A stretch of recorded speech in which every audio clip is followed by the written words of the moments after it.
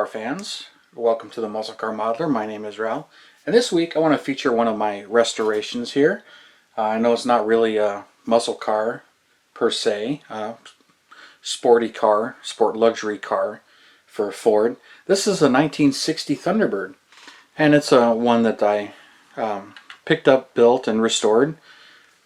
Wasn't too difficult. This one was actually a pretty nice kit that was unbuilt, but I'll get to some of those photos of the build and modifications, and I'm putting those at the end of the video, so stay tuned to the very end and I'll add some of those in. But just some things here for the 1960 Thunderbird. If you saw my 59 convertible, I did a build video on that one. But for 1960, there wasn't a whole lot of changes. They did some trim changes, the grille, the gun sights on the fenders, or as I call them, the Thunderbird emblem on the script, and the bird emblem actually changed on the nose and on the seat pillars, and just some different trim options. But the car itself, not very different. One of the biggest things you can tell are the three taillights. 58 and 59 had two, and 60 they went to three. And it is possible the inner ones are the backup lights. That was an option, so very few of them came without them. Most of them came with them. But if you see a 60 Thunderbird where all the lenses are red, that is a factory option, but most of them got the backup lights. I think I was reading something like 11,000 of them didn't come with backup lights when I was reading some of the options, so it's kind of interesting. Even though 58 and 59 the backup lights were options, the lenses had the white section in them. It's just whether or not they actually worked or not.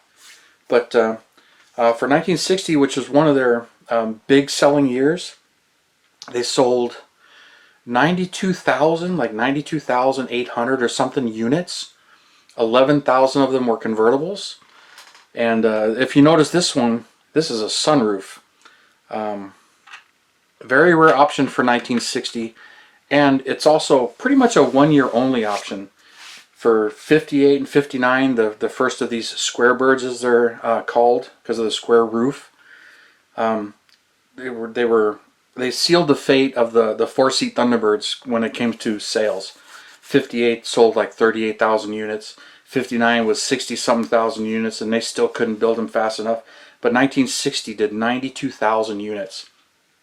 So if you see any square birds, most likely you're going to see a 59 or a 60. The 58s are considered really rare, but they were a little bit of a late start, especially the convertible. But in 60, the hardtop started out at $3,700, like $3,770 was the base price of the hardtop.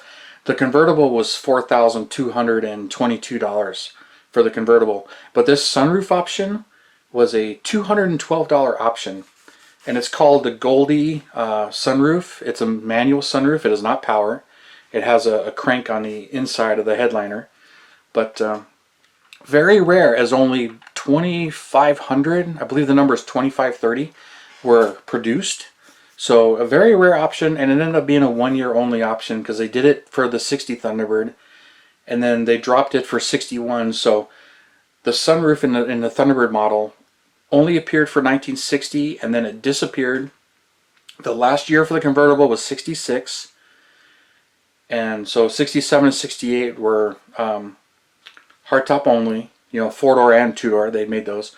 But in 69, the sunroof option reappeared on a Thunderbird, and it was a power sunroof this time. But for 1960, it was a manual sunroof.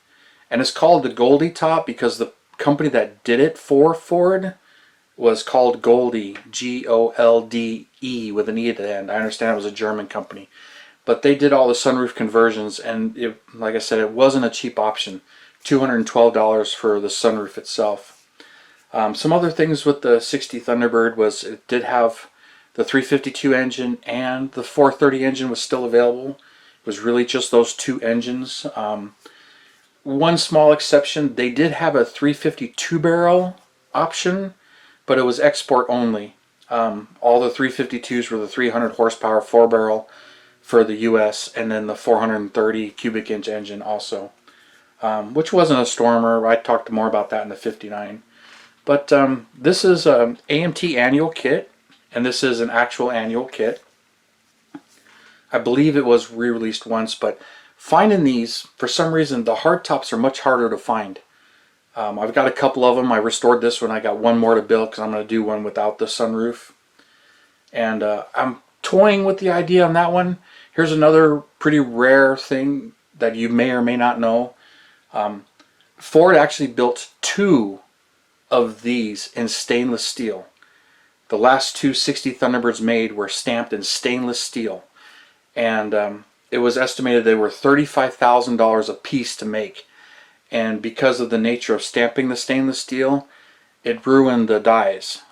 So when they made those 2 cars, and then I also read that they couldn't press very big sheets, so when it came to the roof, they actually pressed half sheets and had to weld them together.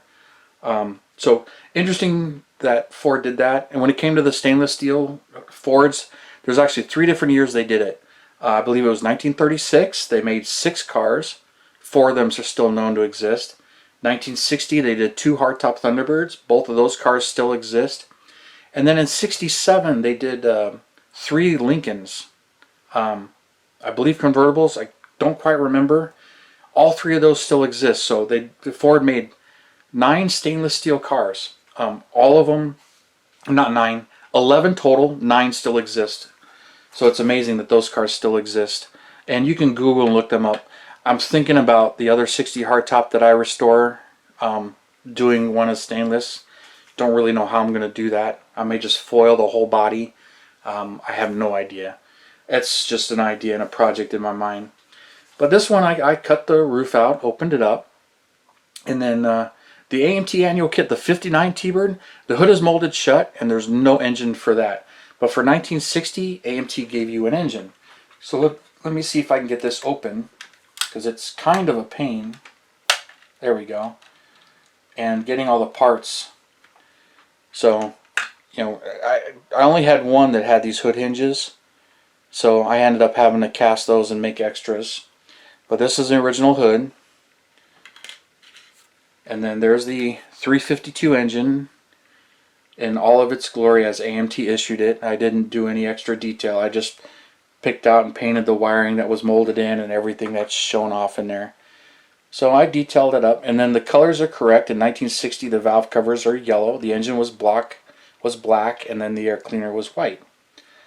That's kind of what they did back then. Ford did different color valve covers to help determine what engines and what horsepower levels they were. So in different years there were different colors, plus different engine options. So you'll see some that, like the 59, the block was black, the valve covers were blue, but in 60 the block was black, valve covers were yellow. In 58 it was the other way around. The valve covers were black and the block was blue, and all the air cleaners were white. But I grew up around these cars, so I'm pretty familiar with them. But and then I'd cut the roof off and open. I didn't really do a whole lot of detail. I was having to put a little lip in there to show it kind of tucked in because it was visible. And there should be like a little wing at the very front of this, but there's no way for me to duplicate that. But I really enjoyed restoring this and building it. And one of the neat things, I wasn't able to save it on this particular one, was inside the trunk, the original builder, he signed it and dated it in pencil, so it said Steve, I couldn't make out the last name, and 1961. So the original builder built this in 1961, and he had signed his name on the inside in pencil, but it had some areas of paint, and I had to clean it up and strip it, and I ended up losing that. And I don't know why I never took a picture of that. Kind of wish I did. But I also did the red and white interior. Kind of did it hoping to replicate the leather interior, because the leather option was available in 1960. It was also available in 1959, but not in 1958. You know, they had the vinyl or leatherette. And one of the things I would like to do is there was a sunray wheel cover option that went in the center of the thing that gave you a little bit sportier hubcap. I've been toying with the idea of contacting one of the decal makers to see if they can make me some of those decals, so I can stick them right on the hubcaps and dress up some of these, since I got so many of them. But so I restored this one and dressed it up, and Almost put a Continental kit on it, but I'd left that for the convertibles. They have Continental kits on 2 of them. And I've got a few others that I've built and restored, and I'll show you some of those as well. But this is pretty much it for this one, the 1960 Thunderbird sunroof. And very unusual car, but a lot of them are around. You can find pictures of them online, and being that only 2,500 of them were made, that so many of them are actually still around. But didn't really have a whole lot of rust issues with the roof, and I've seen few where they cut the roof off of a rusty car, and so you can splice it onto another car. I'm really not sure if there's any paperwork or documentation that goes with the car that you can track whether it was factory installed or if somebody welded one in from another car or not. I don't believe there's anything on the data tag or in the VIN that tells you it's a sunroof car, but I'm not 100% sure on that. But I enjoyed building this one, and I hope you enjoyed me rambling on about it and the options and some of the unique things about this Thunderbird. And so thank you for subscribing. Thank you for tuning in, and hit that bell button. You can get my latest uploads. And you guys, you have a wonderful day.